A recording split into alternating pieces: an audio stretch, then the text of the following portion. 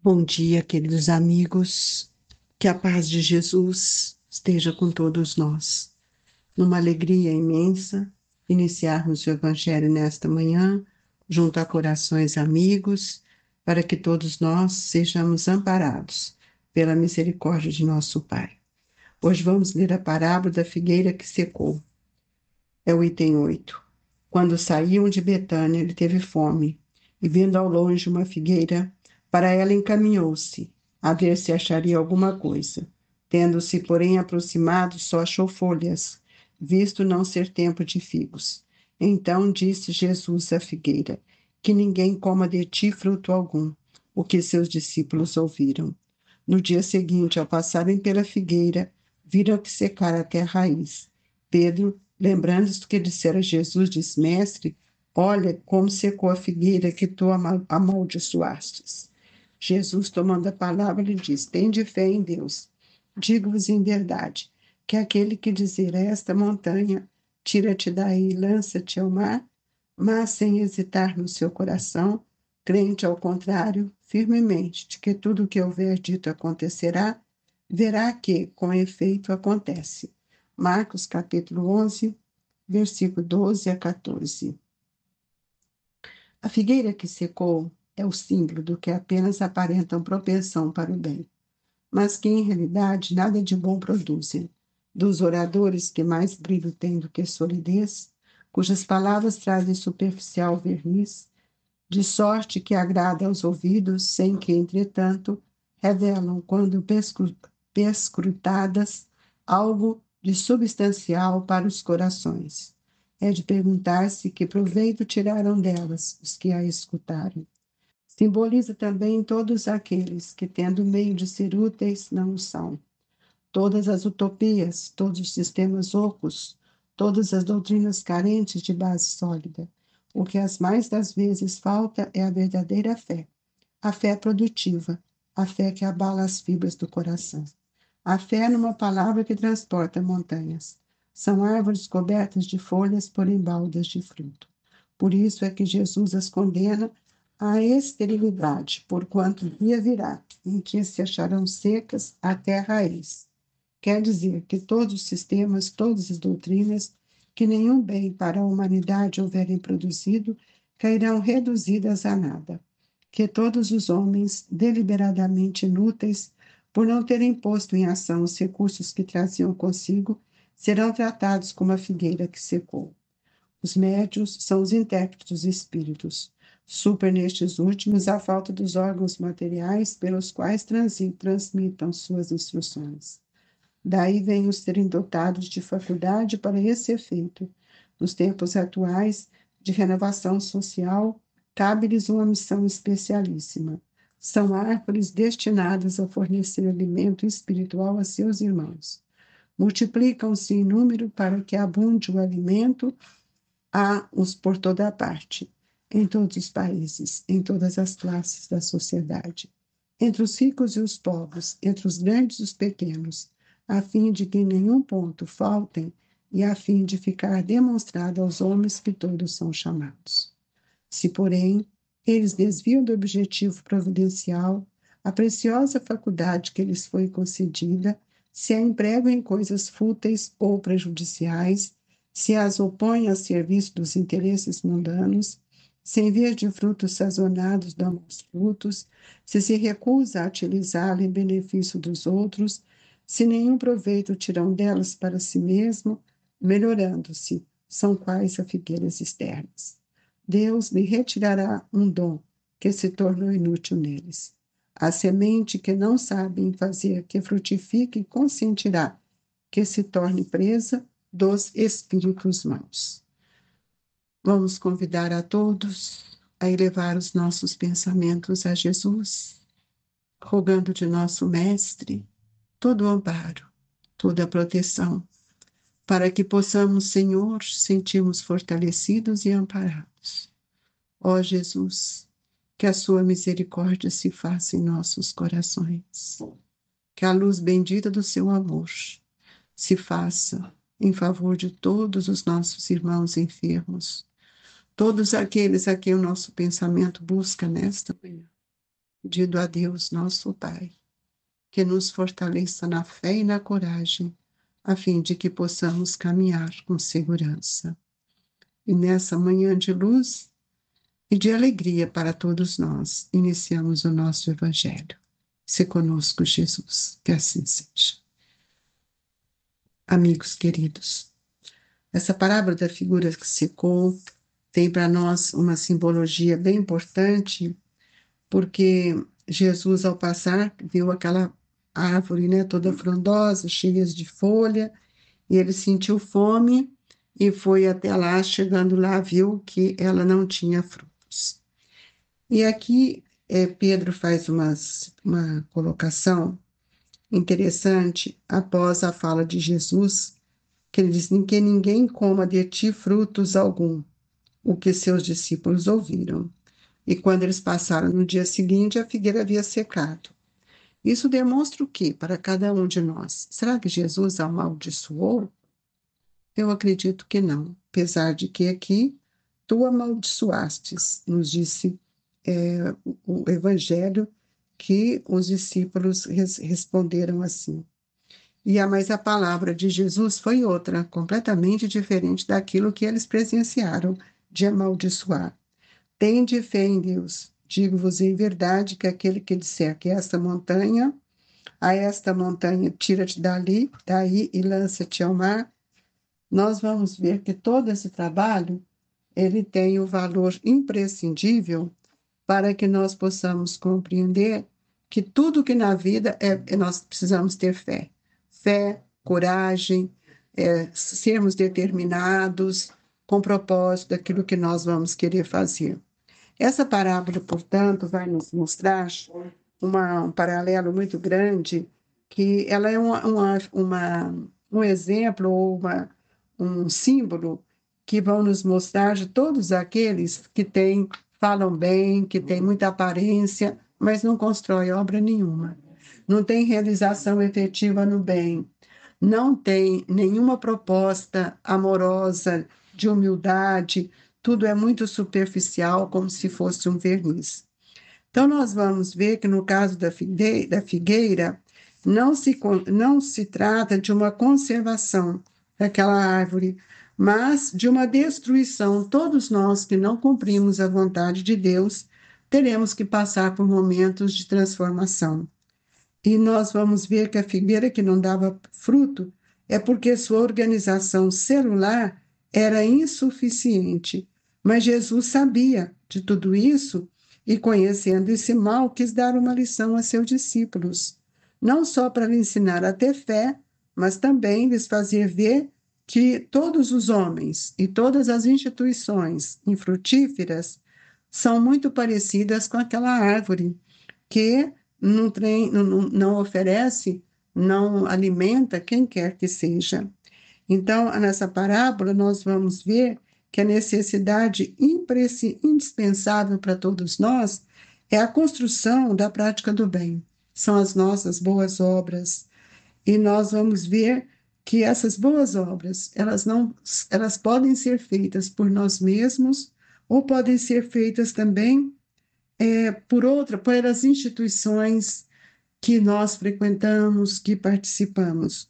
Então, o indivíduo, por mais bem vestido e rico que seja, ele pode estar encaramujado no seu egoísmo. Muitas vezes nós nos confundimos com as aparências. E aí o Evangelho nos mostra que essa pessoa, esse irmão nosso, é semelhante a uma figueira, da qual nós vamos ver que é só aparência, que não tem a essência divina, que não tem consolidação de fatos. Então, todos nós precisamos estarmos muito atentos para que a gente não fique só nas aparências. O que precisamos da árvore não são das folhas, mas sim dos frutos.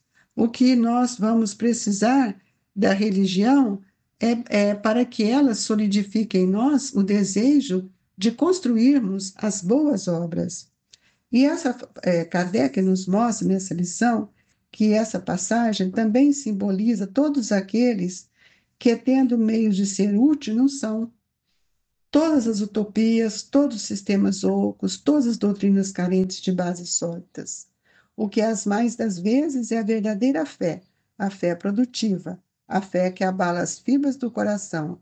Numa palavra, só Jesus diz, aquela que transporta a montanha.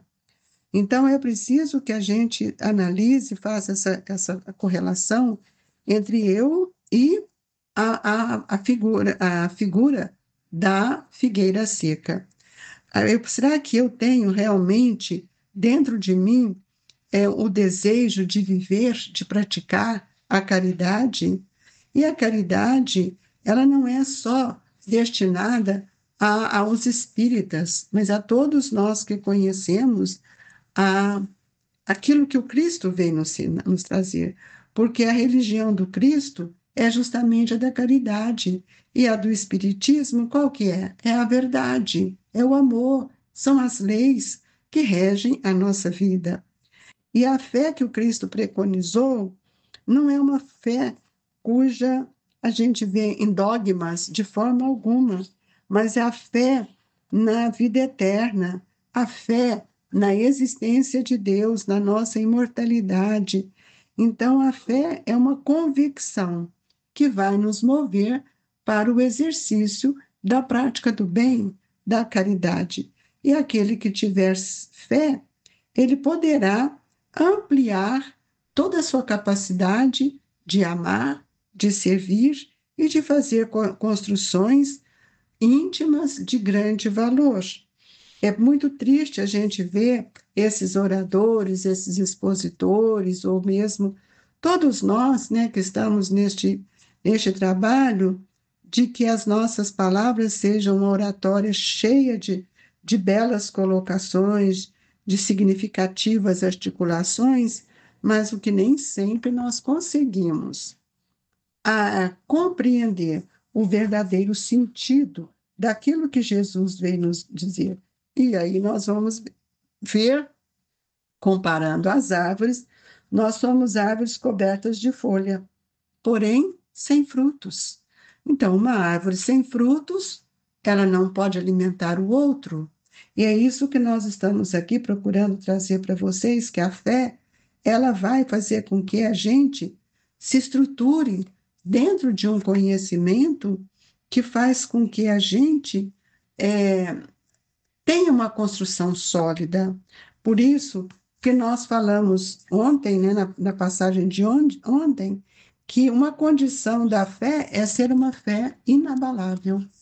Então, nós vamos ver que, se nós olharmos para dentro dessa parábola, nós vamos ver que a esterilidade parece que é um mal inevitável. Quantos de nós temos sido indiferentes? Então, nós vamos ver que essa esterilidade com que nós estamos trazendo para todos nós são os filhos desnaturados. Somos aqueles que não observamos e não admiramos ou não reconhecemos a grandeza da obra de Deus.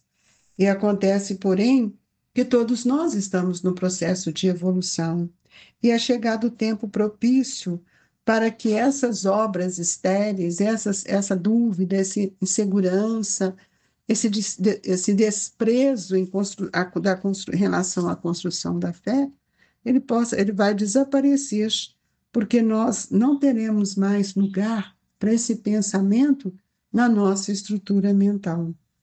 Então, a figueira estéril da parábola é a exemplificação de todas essas manifestações anômalas que se desdobram diante da nossa vida.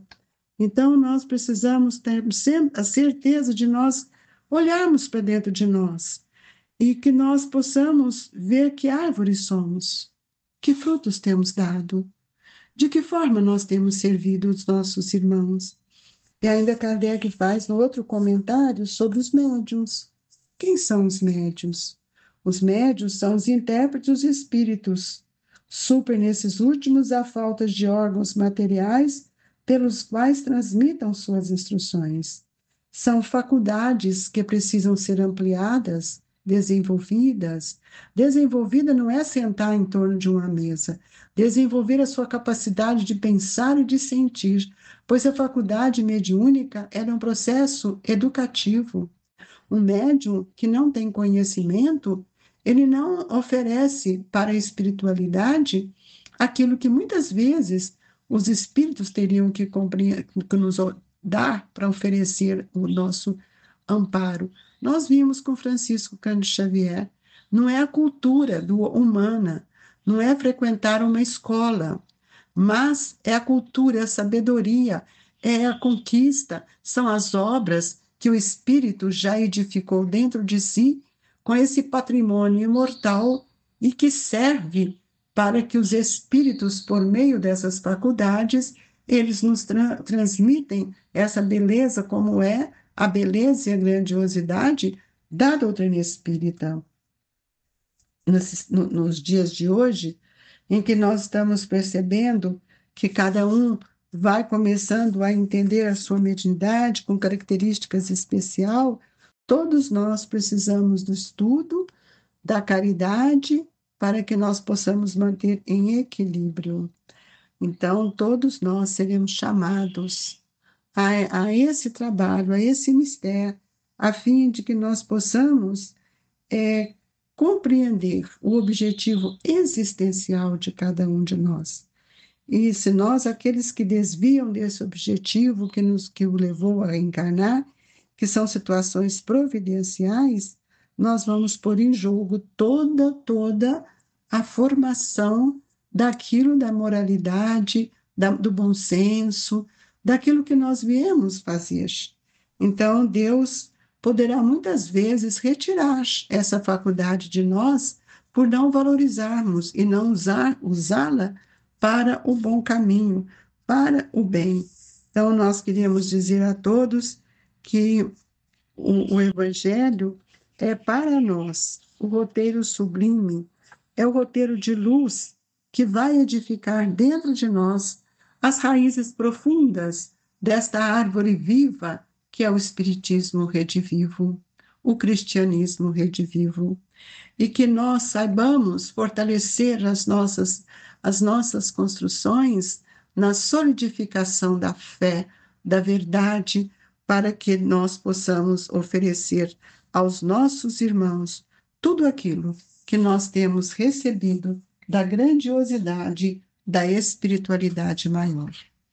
Nós, nesse momento, convidamos a todos a termos mais confiança, ouvindo melhor as rogativas, o apelo que a espiritualidade tem nos feito. E pedimos a Jesus, nesta hora do passe, da fluidificação das águas, que sejamos envolvidos nas doces e suaves vibrações, e que cada um eleve o seu pensamento a Jesus, a Deus nosso Pai, sintonizando o coração com o pensamento, a fim de que nós possamos ligar a infinita bondade, a infinita misericórdia, para que o passe nos traga os recursos que tanto necessitamos. Assim, Jesus, orando, unindo os nossos pensamentos ao plano maior, nós te agradecemos e te rogamos todo o amparo para todos nós, nossas escolhas, nossas decisões, que tudo sejamos fortalecidos pelo seu amor e que a paz e a alegria seja constante em nossa vida. Amado Jesus, nós te pedimos que todos recebam o abraço amigo do Grupo Espírita Esperança e Caridade. Que assim seja.